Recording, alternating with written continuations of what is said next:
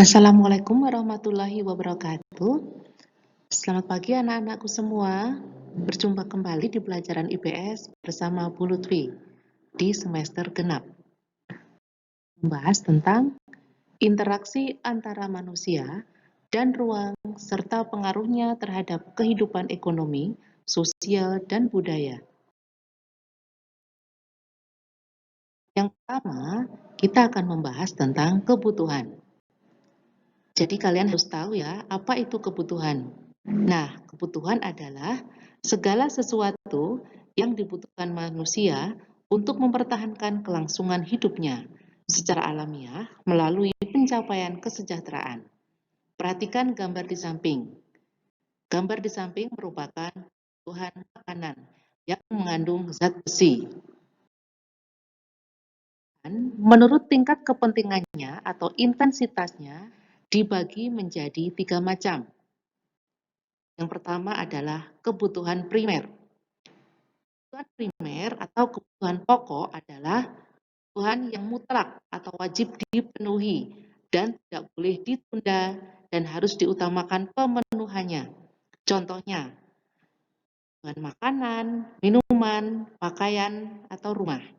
Atau bisa juga akan kebutuhan sandang, pangan, dan papan. Sekunder.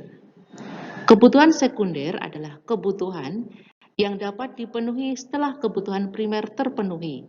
Contohnya, televisi, handphone. Kebutuhan tersier. Kebutuhan tersier adalah kebutuhan yang berupa barang mewah. Contohnya, mobil mewah, berlian, dan lain-lain. Menurut sifatnya, dibedakan menjadi 2 macam, yaitu kebutuhan jasmani dan kebutuhan rohani. Kebutuhan jasmani adalah kebutuhan yang diperlukan oleh fisik kita, misalnya olahraga, makan, minum, dan lain-lain.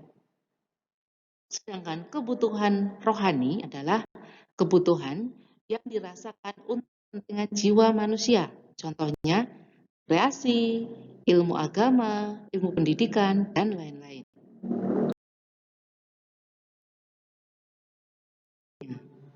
Kebutuhan menurut waktunya dibagi menjadi 2 macam, yaitu kebutuhan sekarang. Kebutuhan sekarang adalah kebutuhan yang harus dipenuhi sekarang dan tidak boleh ditunda-tunda. Contoh, obat untuk orang yang sakit, makan apabila kita lapar, dan minum apabila kita haus.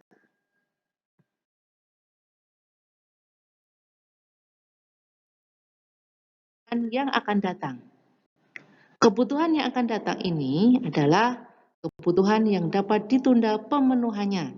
Contohnya, menabung untuk hari tua, dan lain-lain. Menurut subjek yang merasakannya dibagi menjadi 2, yaitu kebutuhan individu. Di sini, kebutuhan individu adalah kebutuhan yang berhubungan dengan perorangan.